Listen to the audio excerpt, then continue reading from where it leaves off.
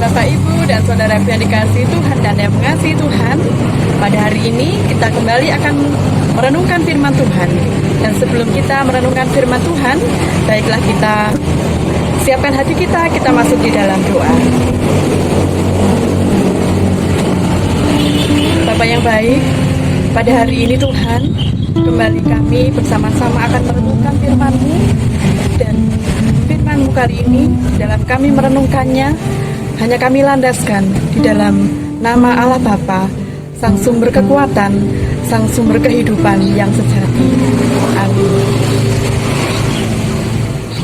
Bapak, Ibu, dan saudaraku yang dikasihi Tuhan dan yang mengasihi Tuhan, bacaan kita pada hari ini terambil di dalam Amsal 19 ayat yang ke-20 yang demikian firman Tuhan. Dengarkanlah nasihat dan terimalah didikan, supaya engkau menjadi bijak di masa depan. Saudaraku yang dikasihi Tuhan dan yang mengasihi Tuhan, renungan kita pada hari ini berjudul Indahnya Sebuah Nasihat.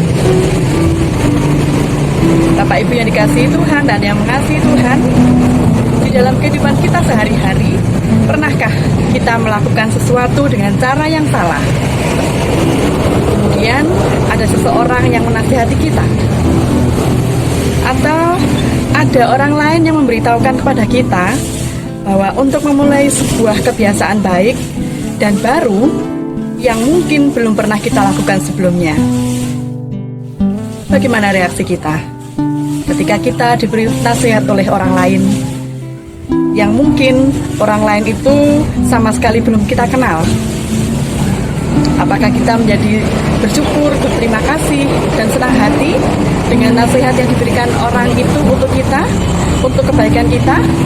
Atau justru sebaliknya, kita merasa jengkel, kita marah karena merasa tidak membutuhkan nasihat dari orang lain? Bapak, Ibu yang dikasihi Tuhan, di dalam kehidupan kita pasti pernah dipertemukan dengan orang-orang yang memberikan nasihat kepada kita. Bahkan mungkin itu bukan dari keluarga kita, melainkan mungkin orang-orang yang baru saja kita temui, yang mengetahui bahwa apa yang kita lakukan itu salah dan harus dibetulkan. Dan bahkan mungkin nasihat-nasihat itu bukan untuk nasihat sebuah hal-hal yang besar, namun juga sesuatu yang kecil, yang sangat sederhana, yang mungkin juga terjadi di dalam kehidupan kita sehari-hari. Suatu contoh mungkin ya, semisal contoh kecil, ketika ada seseorang yang mengajak kita untuk berolahraga, dan orang itu mengajarkan kepada kita bagaimana caranya mengambil sesuatu di bawah dengan baik, yaitu dengan cara berlutut terlebih dahulu, sehingga kita bisa mengambil barang itu dengan baik dan benar. Itu sebuah contoh kecil. Bapak, Ibu yang dikasihi Tuhan, ada juga mungkin seseorang yang mengajarkan kita untuk mencuci tangan terlebih dahulu sebelum kita, atau ketika kita menerima uang, atau kita menghitung uang, karena kita tahu pada saat ini kita sedang mengalami wabah yang tidak memungkinkan untuk menerima barang itu dengan secara langsung, atau kita harus lebih berhati-hati ketika kita berkontak langsung dengan seseorang, atau ketika kita bertransaksi atau kita berinteraksi dengan orang lain. Bapak, Ibu yang dikasihi Tuhan, banyak juga nasihat-nasihat yang kita terima untuk berhati-hati di dalam kita mengambil sebuah keputusan, dan supaya keputusan itu tidak menyakiti hati orang lain. Bapak, Ibu, dan saudaraku yang dikasihi Tuhan, firman Tuhan mengajarkan kepada kita untuk menghargai dan untuk menganggap serius setiap nasihat yang diberikan kepada kita, apapun bentuknya, apapun bentuk dari nasihat-nasihat itu. Nasihat sangat penting bagi kehidupan kita. Karena setiap manusia pasti diperhadapkan pada banyak pilihan di dalam kehidupannya. Dan lebih jauh lagi, dikatakan oleh penulis di Amsal bahwa jika kita mendengar nasihat, maka itu juga untuk kepentingan kita, untuk masa depan kita. Seperti di dalam Amsal 19 ayat yang ke-20 tadi, difirmankan, dengarkanlah nasihat dan terimalah didikan, supaya engkau menjadi bijak di masa depan. Bapak Ibu yang dikasihi Tuhan, sebaliknya, jika kita tidak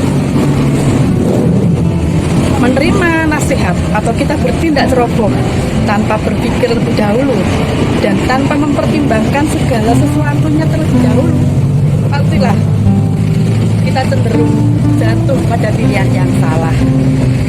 Ketika kita mengambil pilihan yang salah, tentu saja ada konsekuensi buruk yang harus kita terima. Apa yang kita rencanakan sering-sering gagal di tengah jalan. Di dalam Amsal 15 ayat yang ke-22 ada firman Tuhan. Amsal 15 yang ke-22, rencana gagal kalau tidak ada pertimbangan, tetapi terlaksana kalau penasihatnya. Dan ketika itu terjadi, ketika kita gagal di tengah jalan, kita akan menyesal. Dan kita pasti akan berandai-andai. Seandainya waktu bisa terulang kembali, atau seandainya kita bisa memutar waktu.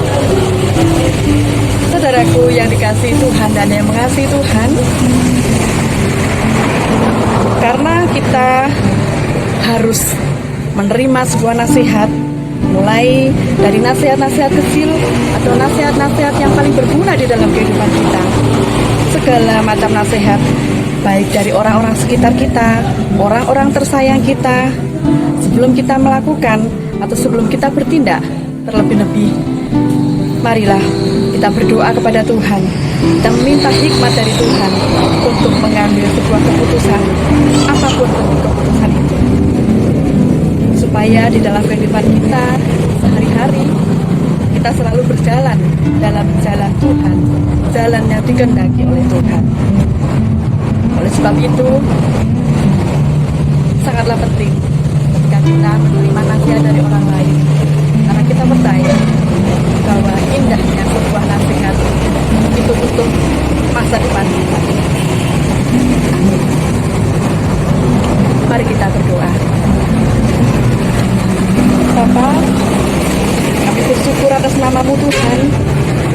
Ajari kami untuk menerima semua nasihat-nasihat dari orang-orang terdekat kami, orang-orang tersayang kami, yang senantiasa ingin kami menjadi lebih baik.